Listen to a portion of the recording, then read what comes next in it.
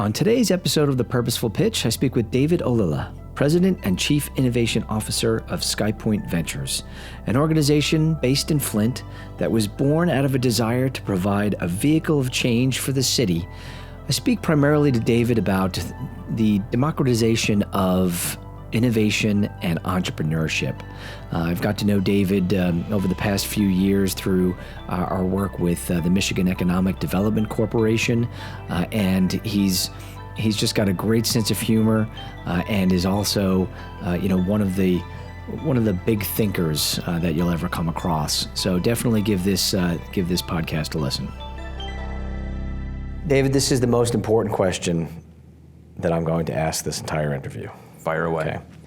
What is the deal with the Finns making you pronounce every letter in a word, like sauna? Can you, as a Finnish person, and I hope I haven't offended you or the Finns, can you please, because this was a revelation to me recently on a trip to the UP, where one of my compatriots was giving me fun fact after fun fact.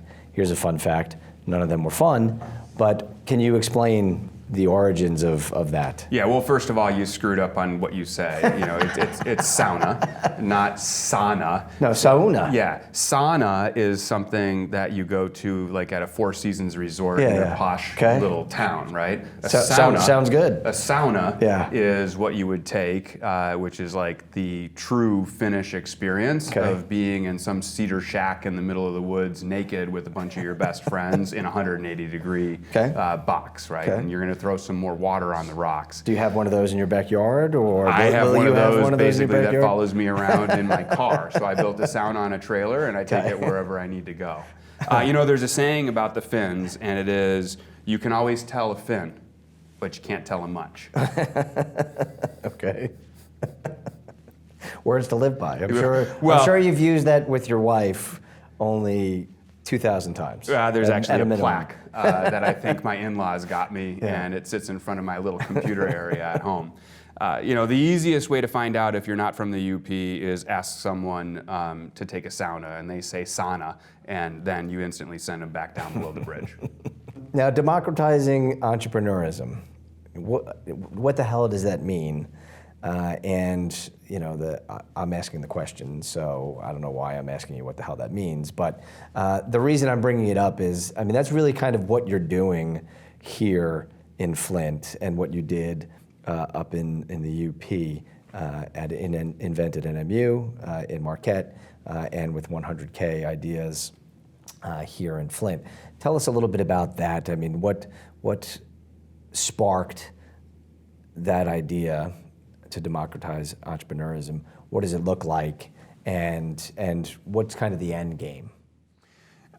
Well, the reason why I wanted to start those programs was pretty simple. Those were services that weren't available to me when I was a young inventor. I don't believe you actually start with entrepreneurship. So when I was 7, my first invention was a cutting board for my mother that she could slip over her thumb. I walk into the kitchen, she's slicing a banana, and I'm like, oh my gosh, you're gonna cut your thumb off. And I go into the garage, and I take an old bicycle tire, and I fashion a cutting board for her thumb. And the life lesson for a 7-year-old is that the day you realize that not all inventions are innovations is a really good lesson. I watched my mother, who is my #1 customer of all time, right? It's like the best customer any entrepreneur could have. You've got natural inbuilt support, right? It's like the 80-20 rule. Most of your business is gonna come from your best customer. And she humored me for about 5 minutes. And then I watched that, the next day I saw her slicing a banana without her thumb cutting board on. I realized that not all inventions are innovations. So if your #1 customer is not gonna use that product, should I bring it to market or not? Building on that concept, as I have had hundreds and hundreds of ideas like that, there's no support mechanism to help people understand, or there hadn't been a support mechanism to help people understand what products actually have market potential. An inventor is not necessarily an innovator, just as an innovator is not necessarily an entrepreneur. Okay. Expand on that a little bit. So if we start at promoting entrepreneurship and I'm 3 steps down the line, then I'm not actually building that culture of entrepreneurship because it seems too difficult to become an entrepreneur. Okay. So frogs don't start out as frogs. Okay. You don't ask a tadpole to be a frog the next day. They have to go through this metamorphosis. And so there's a metamorphosis that happens when you start helping people develop ideas to find out if they can be innovations, and then we can go through that chrysalis and end up becoming an entrepreneur. We can't ask everyone to be a butterfly from day one. That's the difference. And so that's why I wanted to create a program, and Invent NMU was the first example of that, and 100K Ideas is the second, is that you need to be able to relieve the innovator of the entrepreneurial burden, to show them the path to entrepreneurship, to kind of break down these levels of courage that's necessary to move forward because they don't know what to do next. And when you can create these little steps and these little processes before they know it, they're acting like an entrepreneur. Yeah. So your decreases, I have to imagine, decreases some of the frustration, when you hit a roadblock, and if you're on your own, it's, how do I navigate through this? But you're providing some of that support has to be one benefit. It's almost like a fixer or a guide service in a lot of senses. People would come to me on a regular basis. David, I have an idea. I don't know what to do next, and I can't tell you what it is. Is that what you said to the architect when you wanted to build your house? Because you never actually can move forward within those statements. One of the things that I've unpacked that I didn't realize is entrepreneurship apparently takes a ton of courage. I was too obtuse or maybe naive to understand that from a common person's perspective of what an incredible leap it is to go from someone who has an idea to figuring out how to create value out of nothing. But you touched on something earlier that I want to go back to. And now I forgot completely what that point was. No, here's what it is that we tell people about entrepreneurship and we want them to apply those skills to be an entrepreneur, but they're simply not prepared to be able to do that from the first day. You have to step them through the process. And then they become acclimated, and then becomes easier for them to execute. Yeah. So that's basically the democratization of entrepreneurship. And the demystification. You're bringing it to the masses by, again, giving them an opportunity to grow with a proper network of professionals who can guide them through the process. Through experience and the demystification of it. A very important point here is that entrepreneurship is not about coming up with something really clever and executing at 100%. It's actually the opposite. It's literally coming up with a half-ass idea, seeing if it will fly, making a series of bad decisions, and every single day you take that decision that you made from the previous day and you unscrew it up to keep moving forward. It's not about someone being so clever that they know all the right answers and they have all the confidence to move forward. It's actually someone who doesn't know all the answers, who's willing to make a stab at it and then fixing the mistakes incrementally as they go. That's kind of the difference, and I think that's one of the misunderstandings of entrepreneurship, is it's not about being super smart and right all the time. It's actually about willing to take a chance on just a little bit of knowledge and then making micro adjustments to improving that decision and surviving. It's about staying in the game. It's not about owning the board. Well, I mean, we're a bit skewed when it comes to entrepreneurs because we're familiar with a dozen or so, and we're talking about those who are billionaires or multimillionaires. Yeah, I take issue with that, by the way. Yeah. Well, here's my analogy. I have been blessed with an incredibly fortunate life. Tons of variety of experiences in different places around the globe. I have made a decent living. Now, I'm not a unicorn. I'm not a Zuckerberg. I'm not a Dorsey. I'm not an Elon Musk. Those people all have a gear that I have no idea where they're getting the juice and the energy from to execute at the level that they're executing on. So I'm not going to be on the cover of Fast Company magazine. On the other hand, the same level of career I've had would be the equivalent of being a wildly successful executive in the automobile world. That is not necessarily celebrated as a successful entrepreneur. Which is a shame. That's the point. Unfortunate. So almost is fantastic. Yeah. And almost success from an entrepreneurial experience, the life, the richness, and wealth is not only about money. Yeah. Wealth is not the reason you should undertake an entrepreneurial endeavor.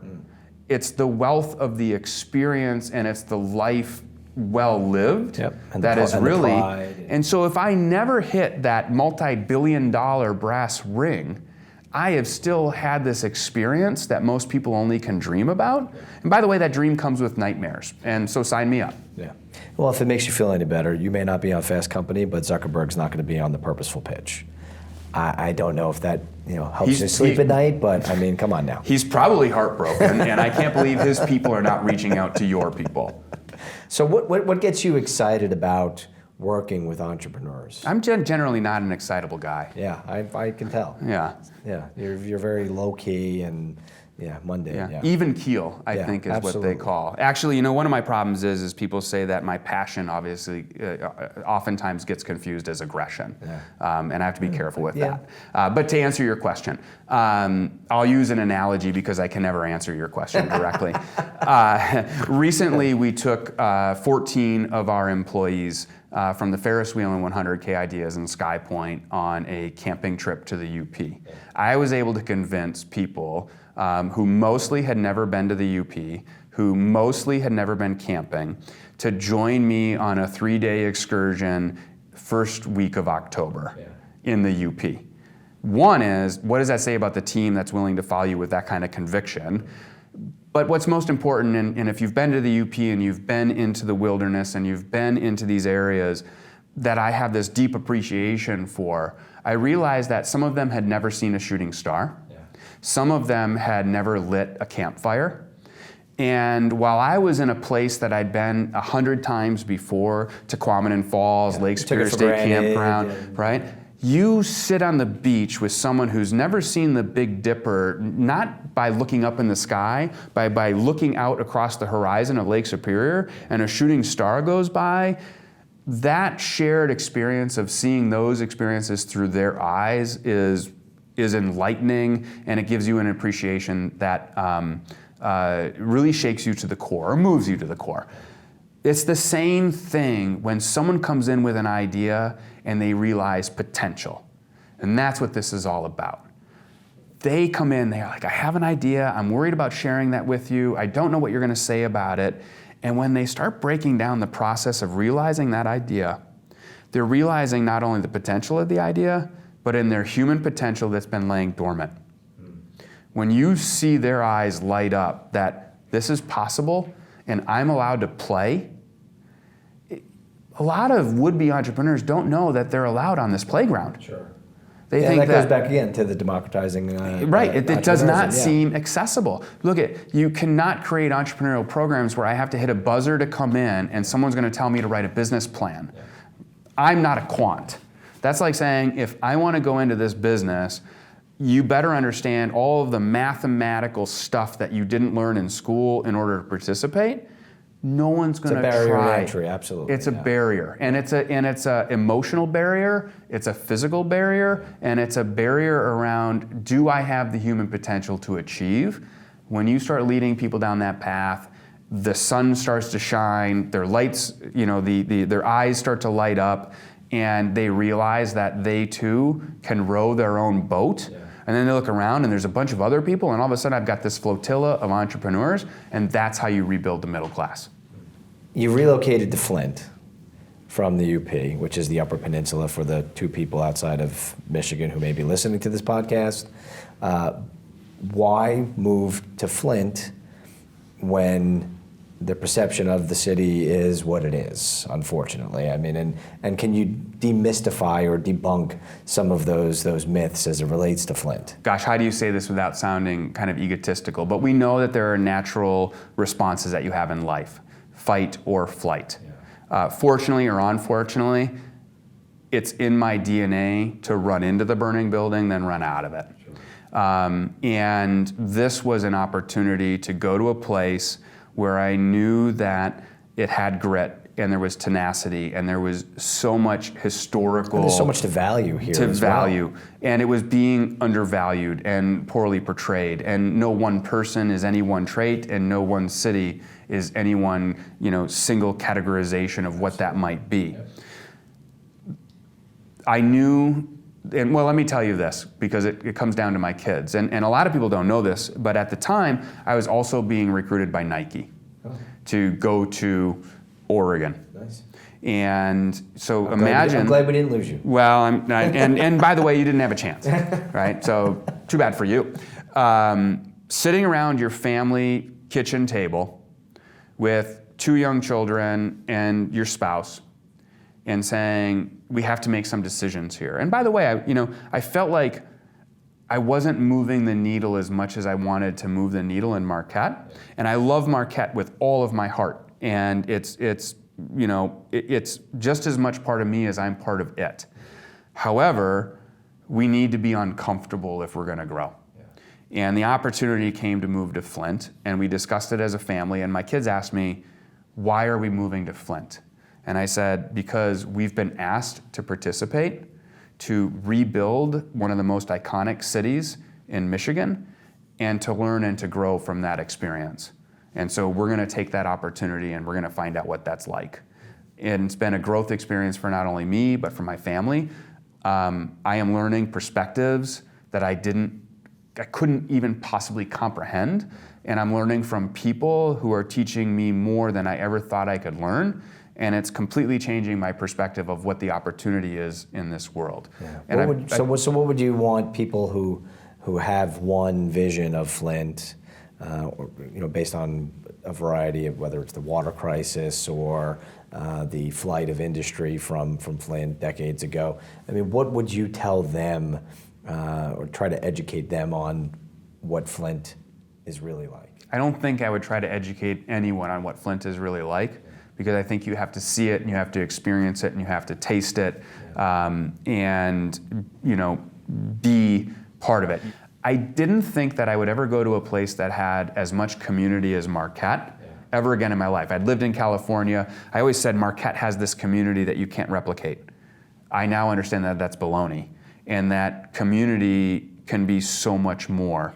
And the diverse groups of people that I'm meeting with, the education that I'm getting, the smackdowns that I get, and the lifts that I get from this experience, I feel like I have grown exponentially in the last 3 years, and I don't think I could have done that if I had gone anywhere else in the country.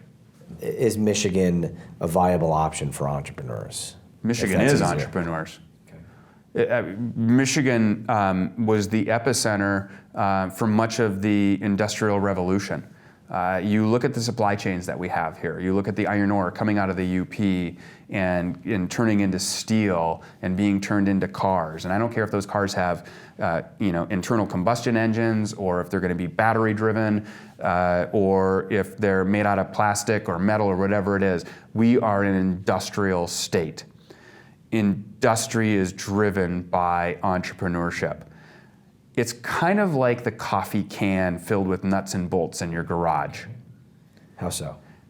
If I'm working on something and tinkering on something, and I have a coffee can with springs and nuts and bolts and washers, and I can pull into that can to finish my project, then I can build things, and ultimately that's the discipline of being an entrepreneur.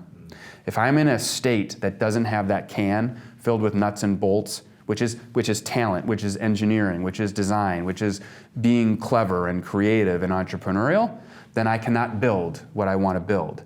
So Michigan, to take the analogy to the nth degree, is probably the biggest coffee can of industry opportunity and high tech or low tech. Anyone can come to Michigan, can dip their hand into that coffee can and pull out the right nut, screw, bolt, connector to build whatever they want to build.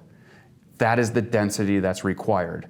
It's no mistake that many of the products coming out of Michigan are hardware, augmented by software, augmented by the Internet of Things or whatever that might be.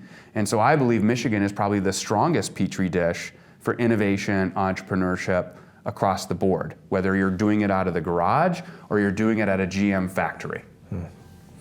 Well, you're doing great things here in Michigan, David. I'm glad you stayed here and didn't go to Oregon to be with the Nike folks. They actually wouldn't let me stay, and truth be told, they sent me back. You had way too much energy for for Oregon, they weren't. so I did you not. were not laid back enough. Yeah. For it. But thanks for stopping by the Purposeful Pitch and catching up. Thanks for having me, Joe. G.I. Joe.